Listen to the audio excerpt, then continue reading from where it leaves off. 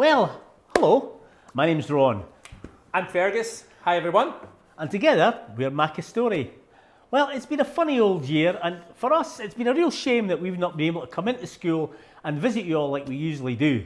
But now that it's 2020, we could... 2021. Oh, 2021, sorry, I'm getting caught in the past. I've lost the whole year, imagine. Oh, did you miss that year? I did, I did. Happened. 2021. We thought we would put together some stories for you because, of course, it is Book Week. It's Book Week, so we thought we'd come and visit you virtually for Book Week. As well as stories, our favourite stories. We've got a couple of legends, old stories. That are, a couple of our favourites. I do like a legend. Oh, yes. And the myth, of course. Oh, yes. Myths and legends. Myths Yeah. and legends. Myths and legends. But we've also got songs, and we should sing our favourite song. Our favourite song. It goes like this. Oh, it's Mac story.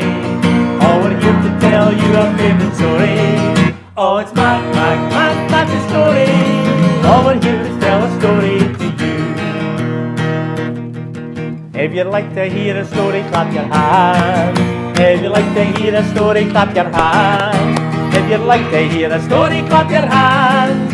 Oh, we're here to tell a story to you. If you'd like to hear a story, nod your head. If you'd like to hear a story, nod your head. If you'd like to hear a story, nod your head. Oh, we're here to tell a story to you. If you'd like to hear a story, shrug your shoulders. If you'd like to hear a story, shrug your shoulders. If you'd like to hear a story, shrug your shoulders. Oh, we're here to tell a story to you. If you'd like to hear a story, stamp your feet. If you'd like to hear a story, stamp your feet. If you'd like to hear a story, stamp your feet. Oh, we're here to tell a story to you. If you'd like to hear a story, do some dancing. If you'd like to hear a story, do some dancing. If you'd like to hear a story, do some dancing. Oh, we're here to tell a story to you. Wait a minute. Now, we've clapped our hands, we've nodded our heads, we stamped our feet, we did some dancing, and we shrugged our shoulders. That's 1, 2, 3, 4, 5 things. Let's see if we can do those 5 things all together at the very same time. Are you ready? If you'd like to hear a story, do them all. If you'd like to hear a story, do them all. If you'd like to hear a story, do them all. Oh, we're here to tell a story to you. Oh, it's Mac a story. Oh, we're here to tell you a favourite story. Oh, it's Mac a story. Oh, we're here to tell a story. Faster, Fred! Mac a story. Oh, we're here to tell you a favourite story. Oh, it's Mac a story. Oh, we're here to tell a story to you. Woo! That's faster than I remember it. But it's 2021 now, you see. It's 2021, I was forgetting. Faster. What's it time for now? A story. Oh, a story. Now, who's telling the first one? Yeah, is it you? I can't remember. I thought it was you. Is it me? I can't remember. Well, let's see then. Who's telling the first story? Let me tell you the story of a man called Sinbad.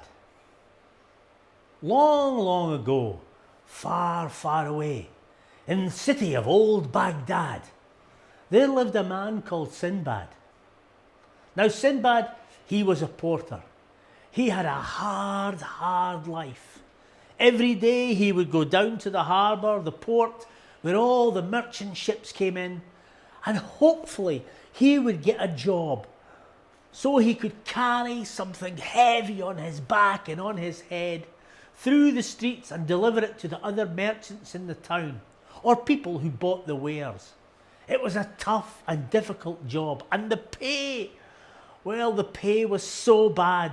Sometimes at the end of the day, all he could afford to buy was a bit bread and some watery, lemon-flavoured soup.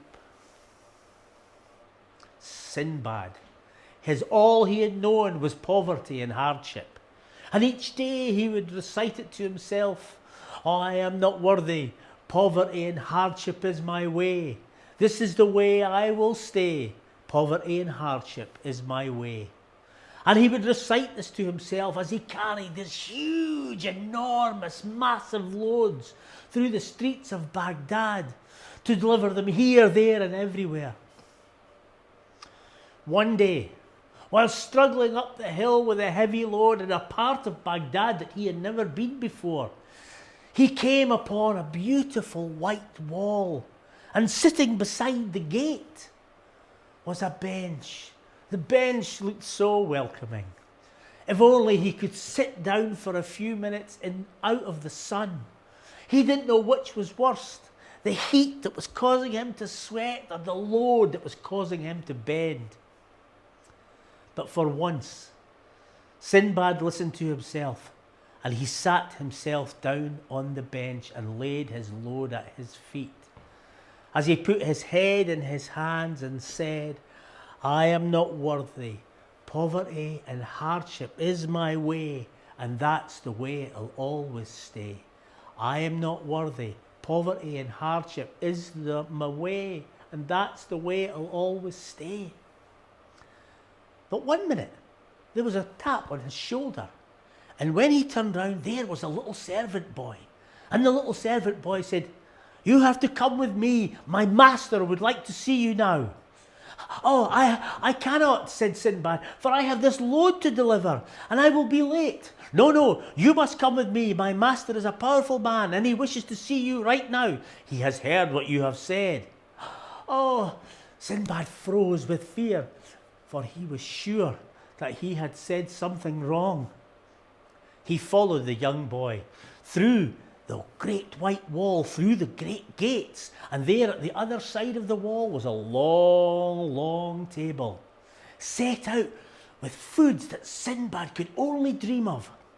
Round the table sat noble men and lords, each with clothes more beautiful than the rest.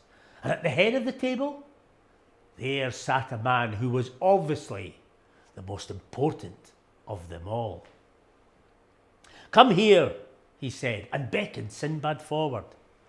Oh, great master, I am sorry that I sat on your bench. No, don't worry about that. Tell me about yourself.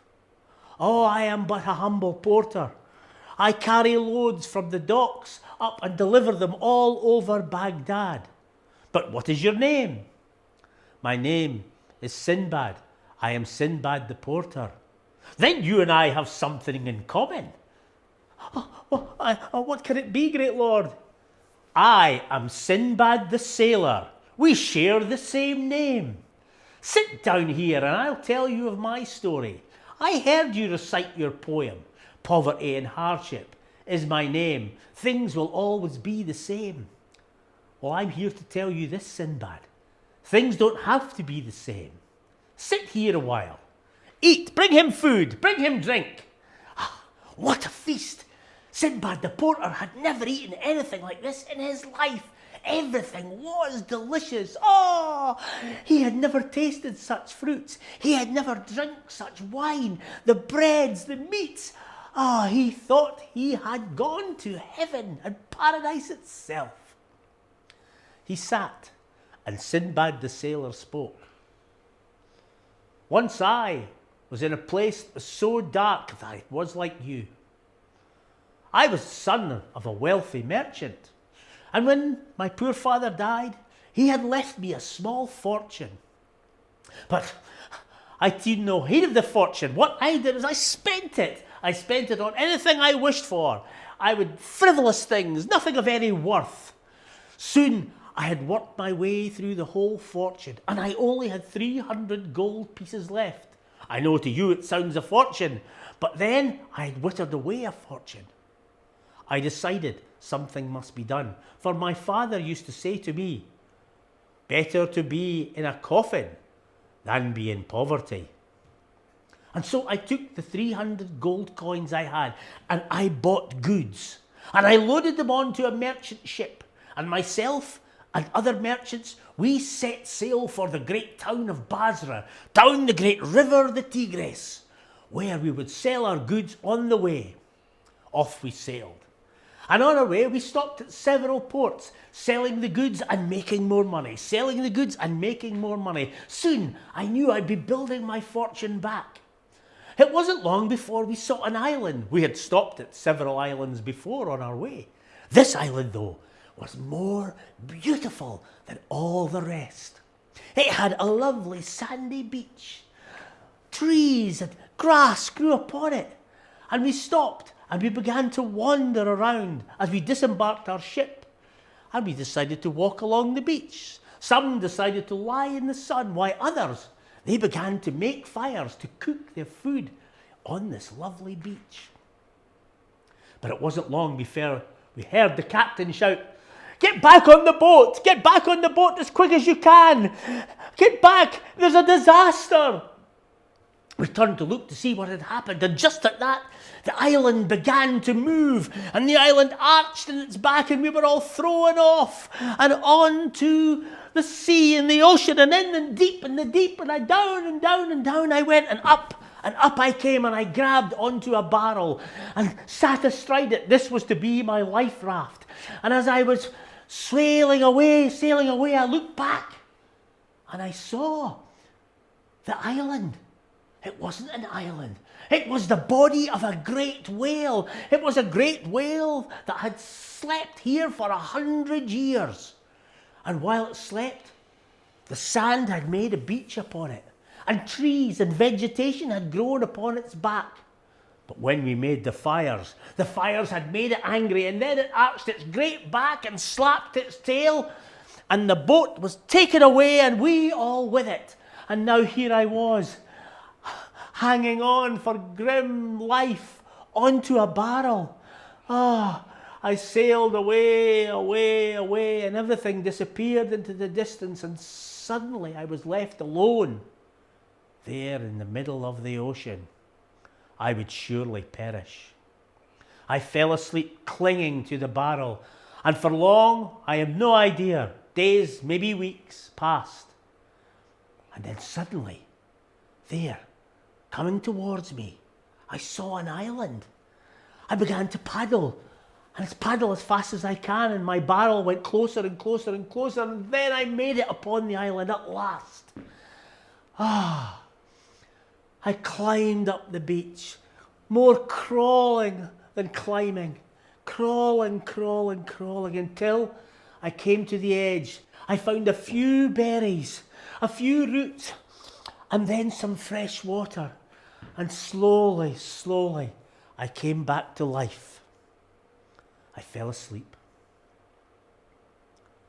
I woke to the sound of a horse neighing.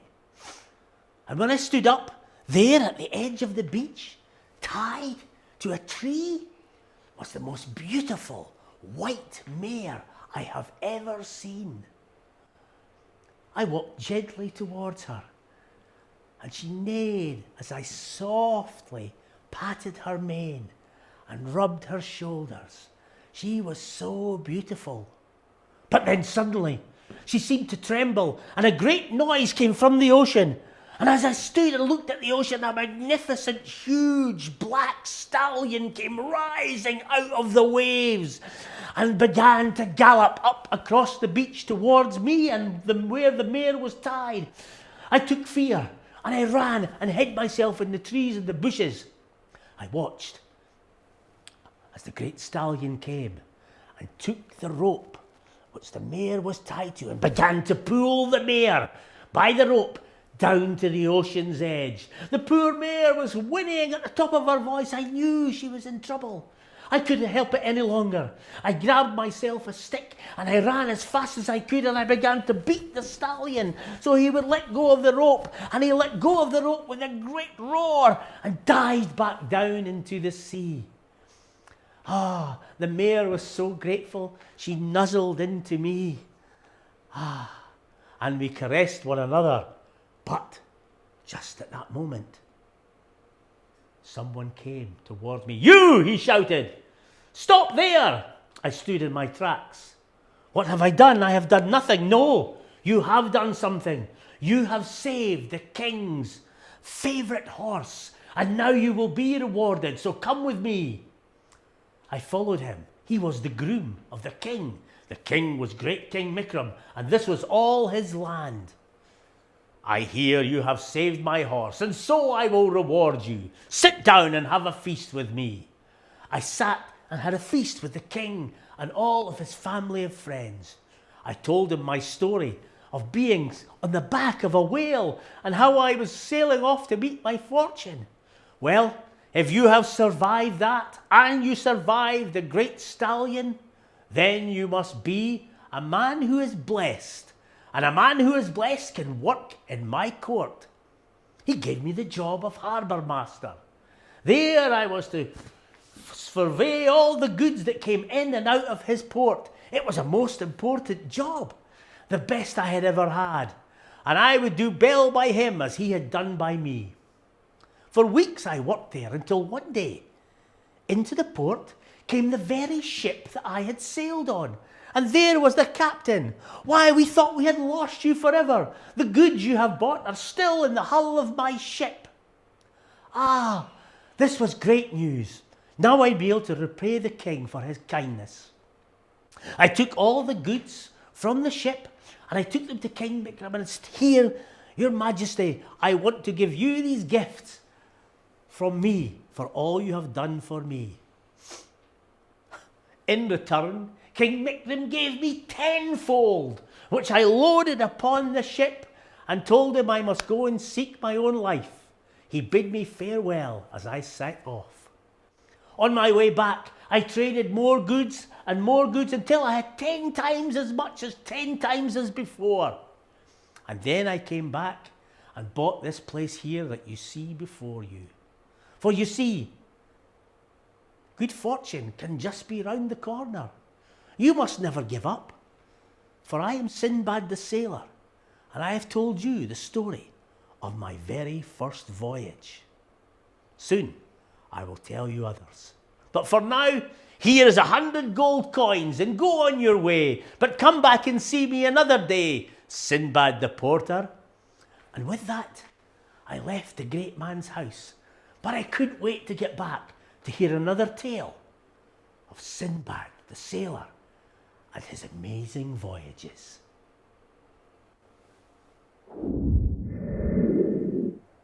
Well, our first story for Book Week is a legend all about books, all about a library and someone who loved to read. Long ago in India, there lived two brothers, Ganesh and Kartikeya. They were the sons of Ma Parvati and Lord Shiva himself. Now, the sons, they couldn't be more different. While Kartikeya, he was a mighty warrior. He was the god of war. He was strong. He was powerful.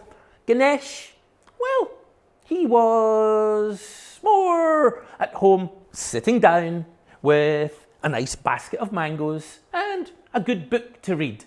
And he had an elephant's head, a blue elephant's head. Well, that's another story of how he came by his head, but can I just tell you, he was very clever. Now, there came a day when Lord Shiva and Ma Parvati gave their sons a gift. It was a fruit, the fruit of wisdom. Whoever was to eat this fruit would become the wisest person with all the knowledge of the world. And of course, Ganesh and Kartikeya, being brothers, started to argue. "I should have the fruit," said Kartikeya. "Why? I am the more powerful of the two. I could do more with this wisdom than you ever could, Ganesh." "But, brother," said Ganesh, "being big and strong isn't everything. You see, a brain is like a muscle too, and wisdom can do much in this world." On and on and on they argued until Kartikeya said, "I tell you what, let's race for it." "Race for it?" said Ganesh. "Yes," said Kartikeya, "a race around the world. Whichever one of us can go round the world and back to this spot first will get the fruit." Ganesh thought about this. "Very well," said Ganesh. "I accept your challenge. Whichever one of us can travel round the world first and come back here They're the winner, and they get the fruit of wisdom. Good, said Kartikeya. Then ready, steady, go. Kartikeya ran from the house. Out he went, and he jumped onto his great peacock. He had an enormous peacock with a beautiful tail. And off it went, thundering over the land. And as he went, Kartikeya began to chant. Running, running, always running, over mountain, over sand, over sea, over land, I'll get home before him. Ganesh, meanwhile, he looked around, looked out the window and saw Kartikeya disappearing in a cloud of dust. He gathered up a basket of mangoes and he walked through to his library and he put down the mangoes beside him and he looked around and he picked a book, took it off the shelf, opened and began to read. He reached down with his trunk, took a mango, began to munch.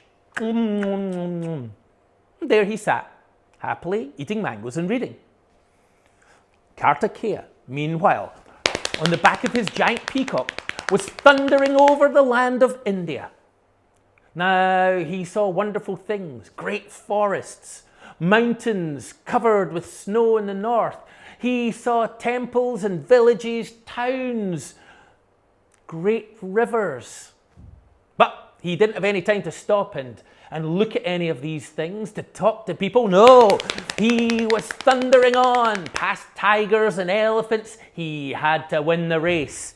And as he went, he chanted those words, running, running, always running, over mountain, over sand, over sea, and over land. I'll get back before him. Ganesh, though, he was reading in his book all about India. The animals. Oh, the people. The land, the mountains, the river Ganges. The great cities. Everything about the land of India. But Kartikeya, he was well past India. He was thundering on towards Africa. And as he went, he chanted, Running, running, always running, over mountains, over sand, over sea, over land, I'll get home before him. He arrived in Africa, and Kartikeya, as he looked around, he saw the great grasslands, the savannah with herds of zebra and giraffes and elephants and lions, but there was no time to stop to look at that. On he went into the jungles in the heart of Africa. He fought his way through the jungles. Meanwhile, back in his library, Ganesh reached out and took another juicy mango. Even better than the first. He reached up behind him and he took down a book and opened it. A book all about the great continent of Africa. And he began to read. And he read, oh yes, about the animals. The zebra, the giraffes, the lions, the rhinos, the monkeys. He read about the grasslands, about the great jungles and the mountains, about the great valleys. He read it all about the people and all the languages they spoke. What a wonderful place Africa must be, said Ganesh. Glad I know all about it now. Meanwhile, Kartikeya was thundering up through the deserts in the north of Africa, and he crossed the Mediterranean Sea into Europe, and he chanted, Running, running, always running, over mountains, over sand, over sea, over land, I'll get back before him. He arrived in Italy and up he went over the island of Sicily and into the heart of Europe. He saw beautiful green rolling hills and the mountains. He saw the great rivers, the cities, the people, everything. Whoa, he couldn't stop. No, no, no, no, no, no, no, no. On he thundered on the back of his peacock, chanting, running, running, always running, over mountain, over sand, over sea and over land. I'll get back before him. But now he was starting to tire. Oh, but he was determined. Ganesh, he took another book and opened it. Oh, yes, Europe. What a wonderful place. And Ganesh, he read about everything that Kartikeya had only seen briefly. But Ganesh read and read and read about the great buildings in Europe and all the rivers, the land and all the different places, the food. Oh, delicious. Oh, that reminds me, said Ganesh. Another mango. Kartikeya, meanwhile, had reached the Atlantic Ocean. And his peacock ran across the waves and, you can join in, Kartikeya, he chanted, running, running, always running, over mountains, over sand, over sea, over land. I'll get back before him. Kartikeya came to the shores of America.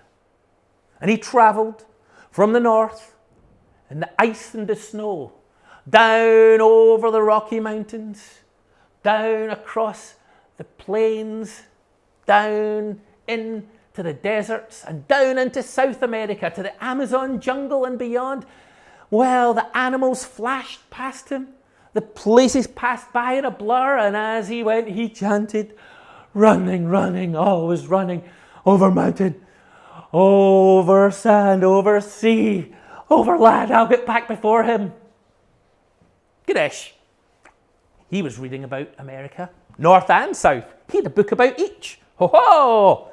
He read about the frozen Arctic and the people who lived there and how they survived in the frozen world of ice and snow. But he read about the great forests too, and the grasslands, the plains, and the great herds of buffalo that lived there. He read about the deserts and the cactus plants that grew there and the wonderful shapes of the rock that made the canyons of that amazing land. And he read more. He read about South America and the Amazon jungle and the millions of animals that lived there. Oh, this is wonderful. And all the other wonders of South America, the great mountains, the Andes and beyond, and the oceans, and everything was in these books. Ganesh flicked over the last page just as Kartikeya burst into the library chanting, running, running, always running, over mountain, over sand, over sea, over land, I'll get home before him. How did you do it? How could you get round the world and back here before me? That's impossible because you cheated, said Kartikeya. You cheated, Ganesh. You've not even left your seat. I have been round the world and made it back here first. And so I'm the winner. It is true, brother, said Ganesh, that you have indeed travelled round the world, but so have I. It is also true, I have not left my seat. Yet, I have travelled through all the places you have. How could you? Said Kartikeya. Because I have books, you see. I have travelled the world in my books.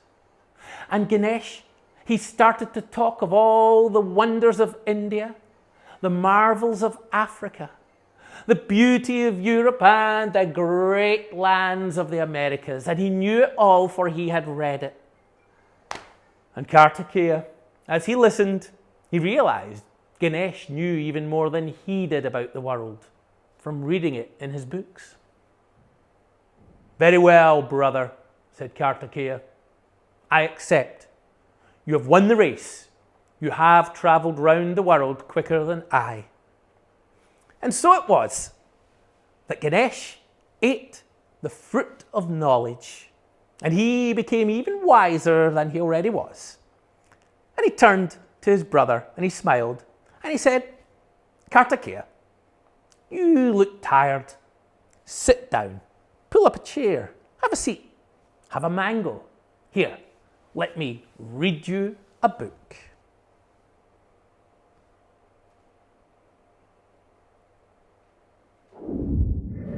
So, our next legend comes from ancient Greece, the time of the gods. Once upon a time, in the time of the gods, in the land of Greece, there lived a king.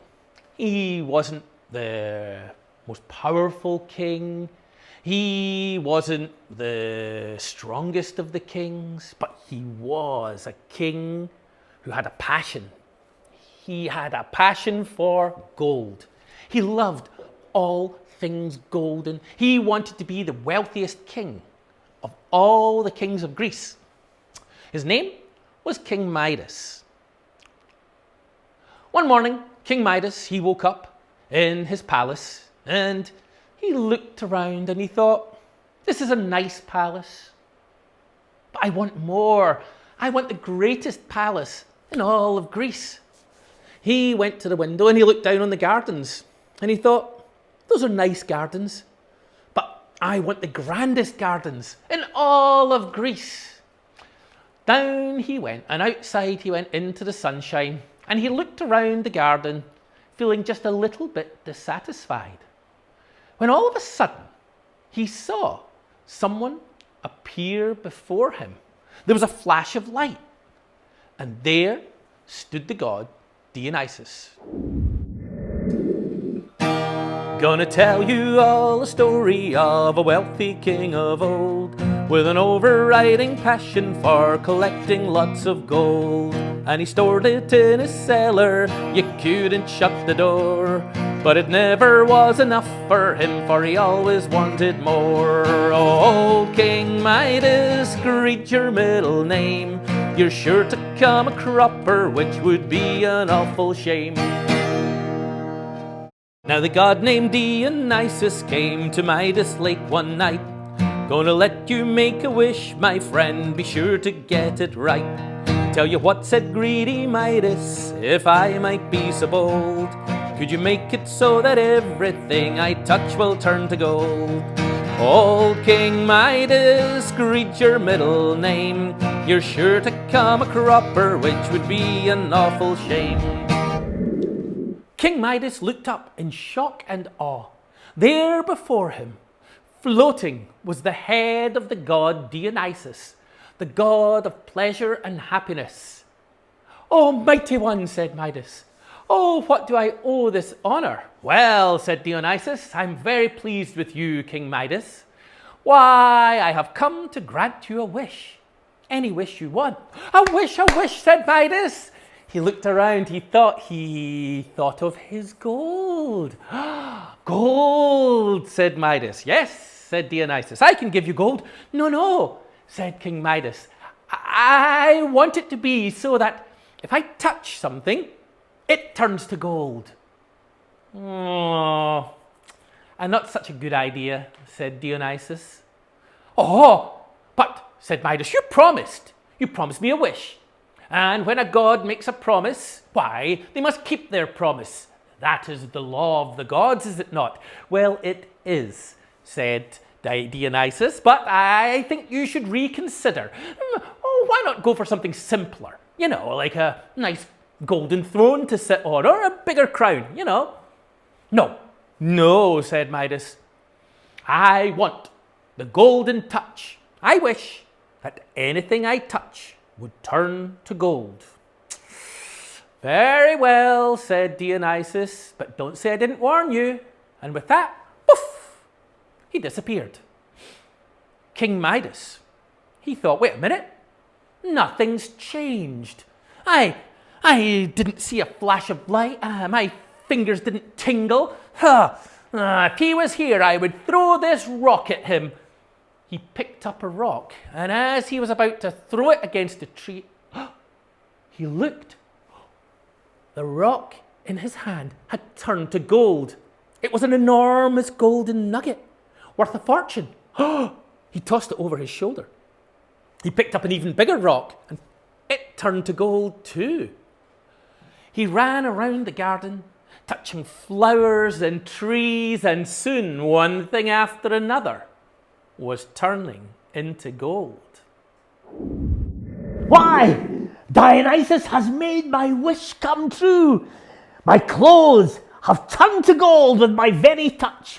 My hair is now golden, and my crown is more golden than before. Soon I will be the most richest and powerful king in the whole of Greece. What fun I shall have, turning things to gold with my merest of touch. Why, bring me my favourite pants. Here they are. I will turn them to gold. Wow. They have turned to gold, my favourite pants. They must be worth a fortune. Oh, what fun I shall have. Bring me my favourite toilet brush. My favourite toilet brush. Wow. Now it is gold. My favourite toilet brush is now gold. It must be the most expensive toilet brush in the whole world. But all this turning things to gold has made a king famished. I am so hungry. Bring me a banana. My favourite fruit, a banana. But it has turned to gold. I can't peel it. Solid gold. Why, even the banana has turned to gold. But I am so hungry. But it doesn't matter to me because now everything is gold.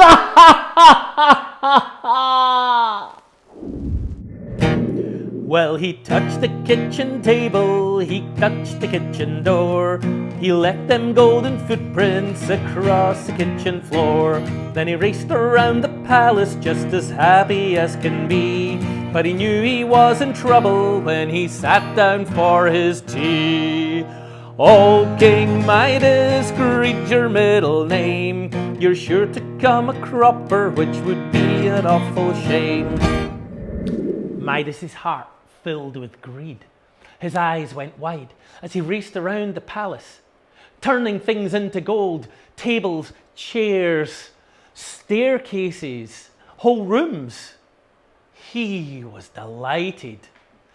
But then his belly started to rumble. Ha ha ha, he thought to himself.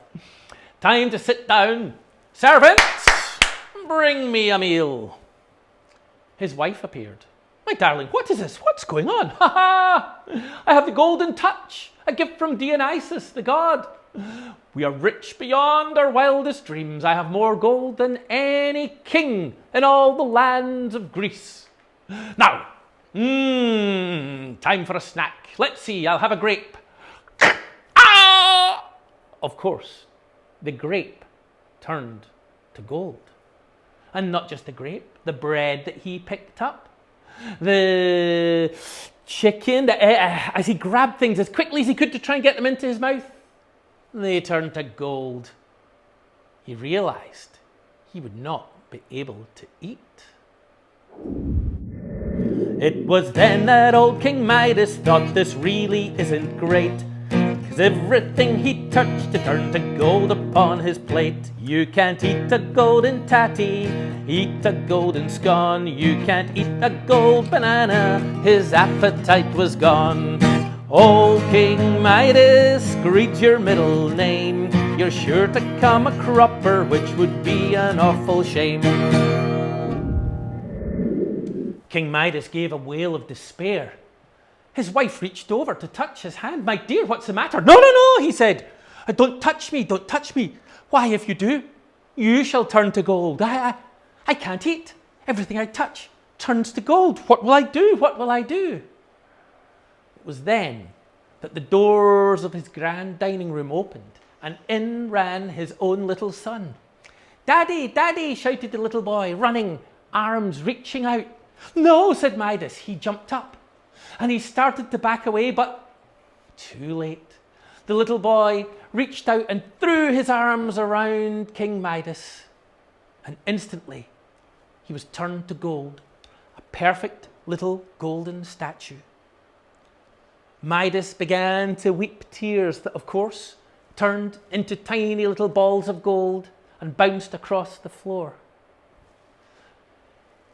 He stood there, with head in his hands. And then he turned and he walked back across the golden floor and through the golden doors and out into his golden garden.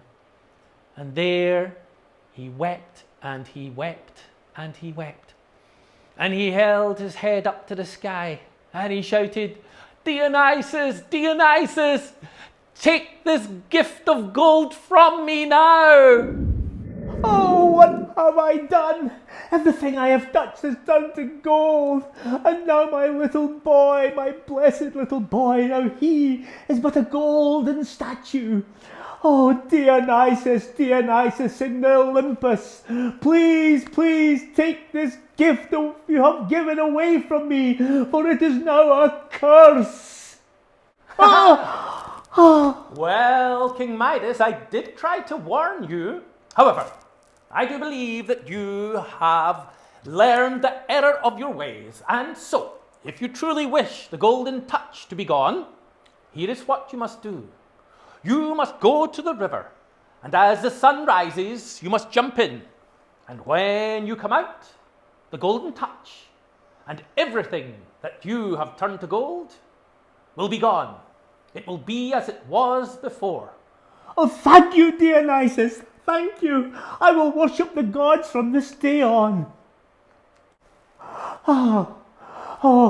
I hope my wish can come true and everything I touched to gold will be gone. And now I must head down for the river and wait for the sun to rise so everything can be back as was before. And with Dionysus' promise, King Midas ran to the river. He waited on the bank, and when the sun rose and the first rays of light touched the water, he leapt in, splash, and down under the water he went. When his head bobbed back up, he noticed that the surface of the water was covered in sparkling little pieces of gold dust that floated away and out of sight.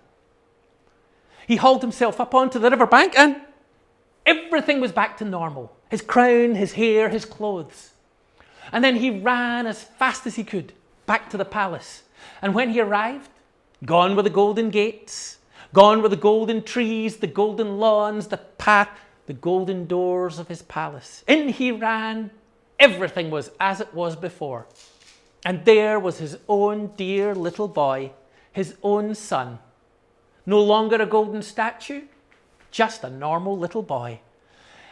And he ran to his son and he picked him up and he hugged him tight. And King Midas, he had learned his lesson, that there is more in life than gold. Midas begged and Dionysus to take the gift away. He saw that to be happy there could be another way. What's the moral of the story? What's a lesson in this song? If you try to be too greedy, things will always turn out wrong. Oh, King Midas, greed was your middle name. You're sure to come a cropper, it would be an awful shame. Oh, King Midas, well, greed was your middle name. You're sure to come a cropper, which would be an awful shame. Well, everyone, that's our Book Week stories finished, our favourite stories for you. 2021. 2021. Got it right this time. Yeah. Got it right this time. So all that's left for is us to finish with a wee song. Yeah. So we thought we'd sing you a wee song that we've wrote specially for today. It goes like this. So now we've told you of our tales of legends, songs and myths. Some of them are blethers, but some they are the truth. Camaree, camarade, camaro. Camaree, camarade, camaro. Camaree, camarade, camaratio. And that's the Maca chorus. So grab yourself a book to read, any one that's handy. Any kind of book'll do, 'cause they're a fine and dandy. Camaree, camarade, camaro. Camaree, camarade, camaroris. Camaree, camarade, camaratio. And that's the Maca chorus. Camaree, camarade, camaro. Camaree, camarade, camaroris. Camaree, camarade, camaratio. And that's the Maca chorus. Well, that's all our songs and stories for this year, 2021. I remembered again. And we'll hope to see you all again soon. But is it no time for our tea? Oh, what we're having for tea? I think I was going to have sausages tonight. Sausages? Yeah, Really? sausages. Plant-based sausages, though, you know. Hey, wait a minute, though, Fergus. There's no time for tea yet. Come back in here. We forgot to tell them. Oh, how to get in touch? Yes. Yeah. If you liked what we did today, please do get in touch at info@macastory.com or info@macastory.co.uk. You can also look at our website, which is www.macastory.com, and you'll get lots of information and how to contact us by phone. We've got a summer special coming up. We do. And if you'd like to pre-book or order or even talk about some special themes you'd like to explore, please do get in touch. In plenty time. We better go. We better go. Time to read a book. Time to read a book, of course. What book are you going to read? Oh, I don't know. Oh, I'm reading Troy at the moment. It's great.